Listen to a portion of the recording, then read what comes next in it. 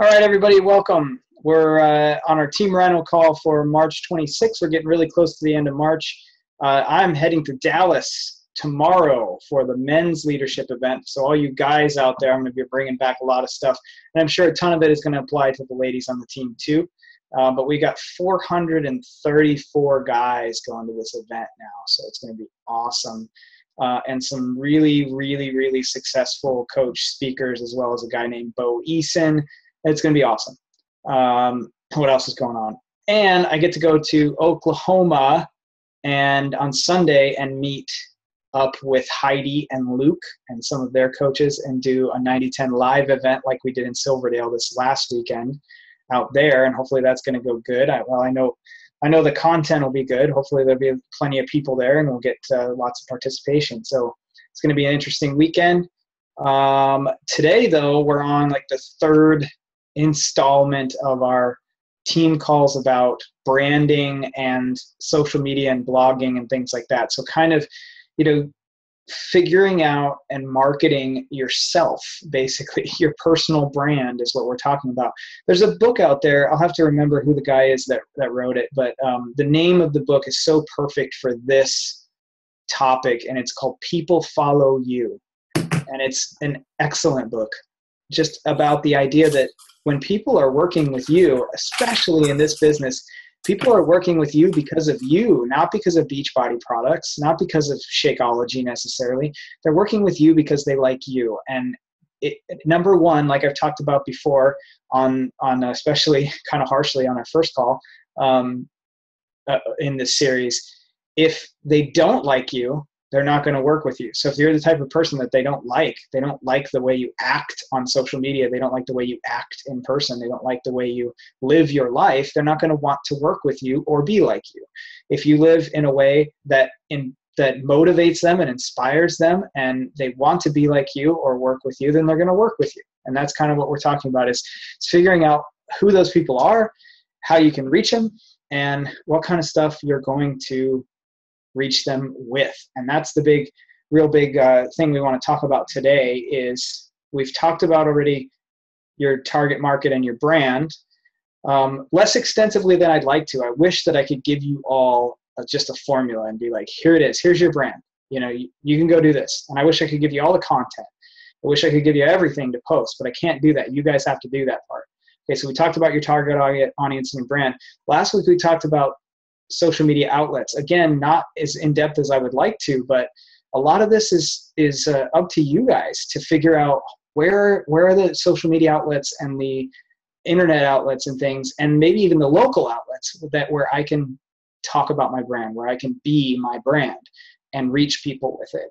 And so you have to figure that out. So don't wait for me or these calls to give you an exact plan of exactly what you're going to do. Okay, we've got Facebook regular page that you can work through. You got your like pages, you got Google Plus and Twitter and LinkedIn and a blog and all these different things that you can do. Your goal is to live your life out loud and give that to your audience. And you need to go find your audience in one of those forums locally or on the internet, and you need to give them your content, your brand. Okay, so we're going to talk about content today.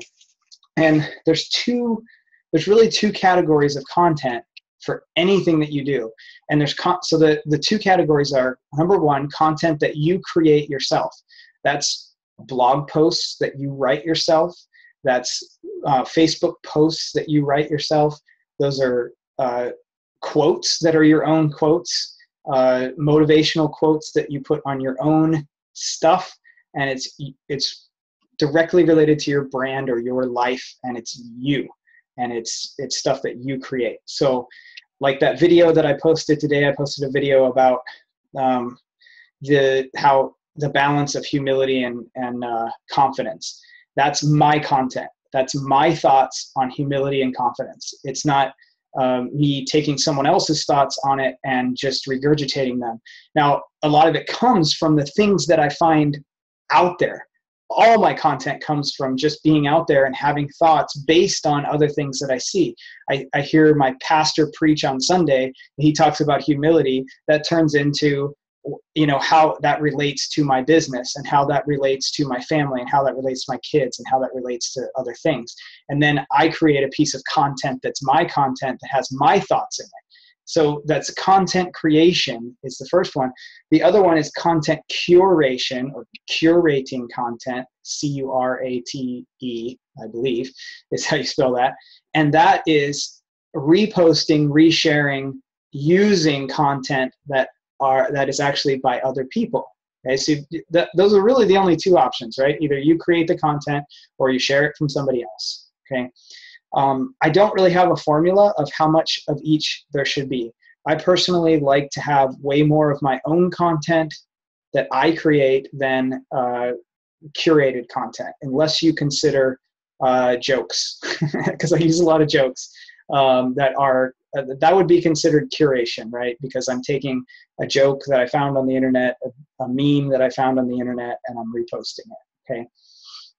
Here's the other thing, though, that a point that should be made between content creation and content curation is that whenever I curate content, I always create some content to go with it. You will almost never find me posting a meme or a motivational quote without my own spin on it in the text. If I'm gonna post on my Facebook page, even a joke, I'm going to add something to it. So, like today I posted the complete nerd joke about two cats on a roof. I added a second joke, basically, or in addition to the joke, in my text, because it's like anybody could post that meme, but I'm posting it and adding my own spin on it and my own flavor on it because it's from me. Okay, so even when you're curating content, you're also creating content. I think that's the best way to do it anyway. I see a lot of people out there, and I'm not talking about Beachbody coaches necessarily, but just tons of people who they'll reshare my stuff, and they don't put their own words or own spin on it or what it means to them. They just reshare it. And it's just a post that's reshared of my meme or something like that. And they get like 1 or 2 likes on it. And then I see someone share the exact same meme, and they add some text in the context up there, and they say something about what it means to them or how much they love this type of joke or whatever, and they get 27 likes on it. And it just makes a difference when you say, why am I reposting this? I'm reposting this, I'm resharing this because I think this and this. And that shows your personality and your brand. So, when you reshare something, think about, what am I going to say that puts this in the light, into context for my audience? Don't just have someone else's blog post as a link as your Facebook status. Should be the link and something that you say about it. It doesn't have to be your own book, another blog in the post, but just something that gets people to go, oh, I guess I should probably click on this and read this because she's talking about this or that, or he's talking about this or that, and that resonates with me because they're probably part of your audience that will resonate with it if you tell them why it should resonate with them, instead of just posting the link and hoping that they read it and hoping that they figure out why you reposted it. So I hope that makes sense.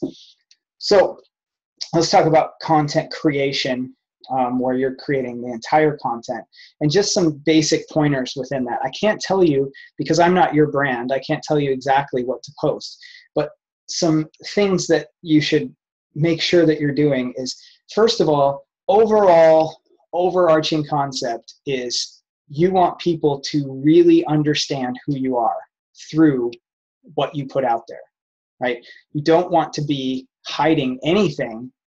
I shouldn't say not hiding anything. I mean, really personal stuff, that you don't want people to know about you because that's, your personal life, maybe not. But you want people to understand your philosophy. You want people to understand how you're living your life. You want people to understand what goes through your mind on a daily basis. And that is what's going to make them like you or not like you. And if you really put out there vulnerably and authentically what goes through your mind on a daily basis, like what kind of philosophies you have, you're going to attract the people that are like you, that like those philosophies, and the people who don't like those are not going to be attracted. And that's really what you want, right? You don't want to work with the people who don't think like you, right? You want people who are like you, or who want to be like you and want to think like you, to work with you. So you want to let your life kind of shine on Facebook, on social media. Tell people what you actually think. That video that I did today was a good example of, I was just sitting in my car thinking about a lot of things, driving, thinking about the sermon from Sunday, thinking about how I run my business, how I talk to people. And I said, there's this balance that goes on. I was thinking, there's this balance that goes on between being a humble person and being a really bold, strong, confident person. And that, like, I had these thoughts about it, and I was like, humility is not thinking that you're no good. That's not humility. Humility is not thinking about yourself all the time and thinking about how amazing you are and how that you're, it's not all about you, thinking about other people. But that doesn't take away confidence that you can help people and that you can accomplish tasks and that you are good at this and you're good at that and you're good at this. Those things work together. They're not against each other. So I had all these thoughts, and I was like, my audience needs to hear this from me. So I'm going to go put this on a video, and I'm going to post it out to my audience, and I'm going to put it out there. And I'll probably write a blog about it and add the video in with the blog at some point too, so that it goes out to even more of an audience and gets kind of, more people see that. So that's a good, example of telling people what you think. What do you think about something? And I think when you're doing that, one of the things I put in my video is, I said, look, this isn't intended to be like some kind of a mentoring session for you people that are listening to this out here, where I'm saying, let me teach you how life works. This is me thinking out loud. This is me telling you what's going on in my head. This is me telling you what I've discovered that I think is right. And you're welcome to disagree with it, add to it, subtract from it, say, I don't believe that, I don't agree with that. You're welcome to do that. This is not me saying this is the standard of how life is. This is me saying, here's what I think, And if you do that, you can talk about anything. You can talk about anything you want. You can even be wrong and say, this is what I think, and people will come and have a discussion with you, And so I think it's really important to tell people what you think, but also to be gracious about it, be authentic, be vulnerable, and just put it out there like that, that this is how I feel about stuff. It's also important to be, at the same time, at least fairly often, bold and disruptive about what you say. A lot of times, it's okay to talk about controversial issues as long as you're not talking about them in an elitist and absolute way, where you're telling other people that they're stupid and that they're wrong for what they believe. But if you have an opinion on something that's fairly controversial, it might be a great thing for you to talk about. I personally stay away from, mostly stay away from political and religious conversations, just because there's just so much emotion there. There's almost no way to do it and actually be, helpful to anyone. It's just so difficult. But I've come close recently with the Common Core blog that I just put out, because it's a pretty politically charged thing. But I kind of try to take the political side out of the thing and say, is the curriculum actually going to help our kids? And so it's a controversial issue that brings up lots of conversation. It's disruptive.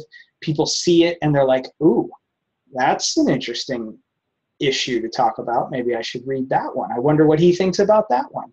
And you guys can do the same thing, something that you're close with, that you have a passionate opinion on, and you want to be disruptive or bold about it, you can do that, but be gracious about it. You can do it at the same time.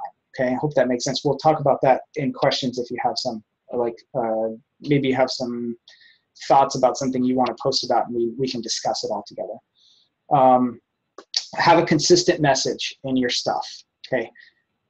If you're going to be positive and motivational and inspirational to people, and you're gonna try to be talking about your brand all the time, you got to be consistent with it, and everything has to flow with each other. You can't be all over the map with all different kinds of things that don't flow together. People won't be able to get a sense of who you are if you're just talking about this one day and then another day it's something completely different that conflicts with that.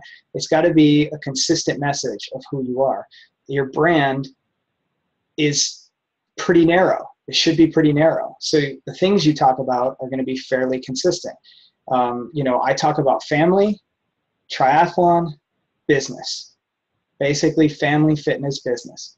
It's pretty much what I talk about. Now there's some wider topics within it, like Common Core stuff works because I'm a stay-at-home dad and I talk about my kids. My kids are such a central part of my brand that I can talk about Common Core because it affects my kids, and it's something that, I can swing into that thing. But if I'm talking about something that doesn't relate to triathlon and fitness, business, or my kids on my personal brand stuff, it doesn't look consistent. People are like, why is he talking about that? What is he even talking about? Okay, so be consistent with your message. I think that's it that I had on content creation. Any of this can be on your Facebook page. It can be on your Google page. It can be on your blog, any of those different ways that you can put out that message. But that's content creation. Now, curation is where you're going out there and finding things that you can reshare. And one of the best ways to do that is to go find people to follow who are talking about similar message to what you want to talk about. If you want to talk about eating on a budget, Henrietta, then you go find people who talk about eating on a budget and you repost their stuff and tell people what you think about what they said. Go find the people that do the best job of that you think do the best job of that. Follow them, and when they post stuff, you've got new content to post. But don't just repost it, post it with your thoughts on it. You can even reblog it. Some people love that when you basically take their blog, put a link to their blog, and then repaste the text into your blog. I usually contact people before I do that, but you can even reblog it because then they get a link back and they really like that. Mm-hmm. So then it's content that's on your blog, but it's credited to them. So I'm out there following other dads, stay-at-home dads, dads of twins, small business owners, and I follow a lot of triathletes. I follow the ones that put out the best content that I can find. I watch what they put out. I'll repost some stuff if I see some good stuff. I don't do a ton of reposting though, like curation, as far as that kind of stuff. Most of my reposting curation stuff is the humor side of my brand, basically, just I've gotten into all these puns and everything that people have incredibly, like, I literally, if you go to my wall, I get 5 to 6 posts on my wall a day that people say, I just thought of you when I saw this. I thought of you when I saw this. You should see this one, and most of the time, unfortunately, they're ones that I've already seen because yesterday 3 people posted it on my wall. But it's true, like, people kind of follow me for the jokes now, and I get those from other places. So that's technically curation. But as far as what I think about parenting and family and stuff like that, I mostly create my own content. Another thing to curate is what's hot. So if you go to Google Plus and you go to what's hot, or you go to what's trending in Facebook, you can talk a little bit about what the top things that everyone's talking about are and put your spin on it with your brand, right? So if everybody's talking about, the Grammys or whatever, you can throw your spin on that with your brand, whatever that is. Put the same hashtags in it or whatever, and you get right into the feed of everything that's trending. And a lot of times that stuff gets a lot of views and things. So watch what the trends are of what people are talking about and talk about those same things, but with your brand. Don't just repost things. Like I said, repost it with or create your own content based on what's hot and talk about that. You can also, work around holidays and things like that and get a lot of content on holidays because everybody's talking about the holiday when it's the holiday or when that's coming up. And so that's great content to put your brand. For instance, when we get to Thanksgiving, it's really easy if you're into healthy eating and your blog is all about eating on a budget or healthy eating like Henrietta is talking about, then when we get to Thanksgiving, everything's about Thanksgiving on your blog because you're talking about how to do a healthy, budgeted Thanksgiving dinner, right? You can go find tons of content for that, reblog it, create your own content, all that kind of stuff. So watch for the holidays and things like that. Be disruptive. What else? So I think, let's see who was there. Henrietta was there. I wanted to show everybody this book. Let's see if everybody can see this. Guy Kawasaki, The Art of Social Media. For those of you that are just on the phone now, you can't probably see that, but it's Guy Kawasaki and Peg Fitzpatrick, The Art of Social Media. It's a small little book. You can get it on Kindle, and then it has all the links that are in here. But it's a really great little book that gives you quick tips. It goes one by one and it counts them. So, you know, like I'm looking at tip number 16, tip number 17, tip number 18, but it's also divided into chapters. And so chapter 1 is how to optimize your profile. So it helps you make sure that all your profiles on social media are optimized, like it has all the information that you really want to have in your profiles. Chapter 2 is how to feed the content monster. It talks about making a plan, using a calendar of what you want to post at what time, making sure that anything that you create or reshare passes the reshare test. In other words, if you're going to put out a piece of content on your blog, is this something that people will likely reshare, people in your audience, or is this just something that you feel like saying, but no one's going to reshare that because it's not going to be something that they go, oh man, other people would get good information out of this. You know, I know I've posted some things on my blog that are probably never going to be reshared because they're just things that I want to say, but they don't help anybody. No one's going to reshare that. So think about that when you're creating content. Will people reshare my post? It talks about resharing your buddy's posts. All kinds of great stuff in here. So this is a good one to get, and there's lots of links in the electronic version of it. Chapter 3 is how to perfect your posts. 4 questions to ask yourself. What am I trying to say? First of all, these seem pretty obvious, but then when they all play together, it's perfect. What am I trying to say?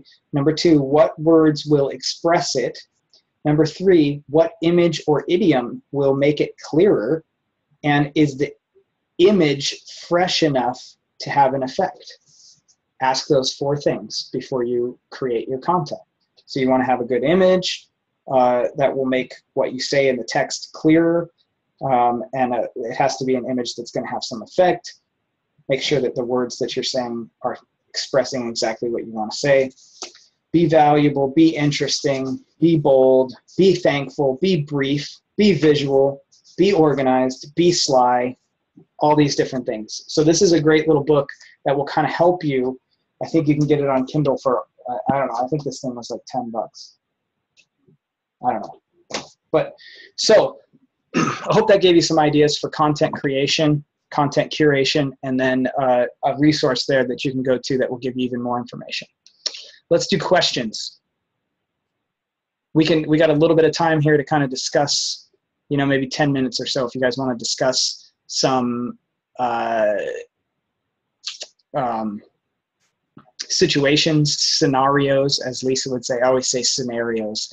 Lisa says scenarios. But if you guys got some scenarios that you would like to discuss, we can certainly do that. Anybody? Can you hear me now? Maybe. Say something again. Hey, here I am. Okay, I can hear you some. It's a little hard, but there we go. What do you got, Brooks? You got something? No, I don't have one. I just wanted to see if you could hear me. Oh, okay. Kayla, anything? No? Nothing from Kayla? Henrietta? Nothing from you? I can't hear you now.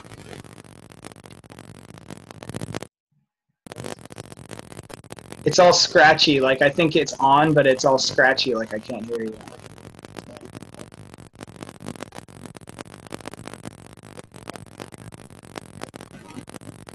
No. Okay, well you can, oh, something happened when you reached up there.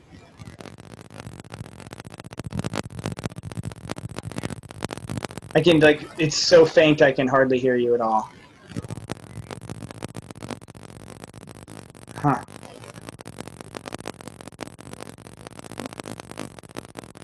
Rhino, what if you send it over chat? Yeah, you could chat it. You want to chat your question? There's like a chat button there.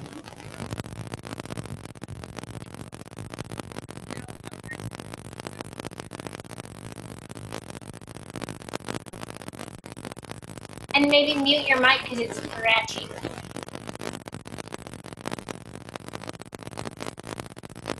Was it too long to type?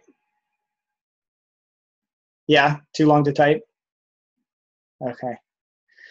Alrighty. Well, we can talk about it on message or maybe on Sunday morning. You guys can talk about it with Christy. Christy's going to lead Sunday morning here locally. So, and talk about some of the content she uses for her blog and how she gets content. So, thank you all for being on tonight, and I appreciate it. And we'll see you again next week, and I'll have probably tons of information from the leadership thing and all that. So, good night.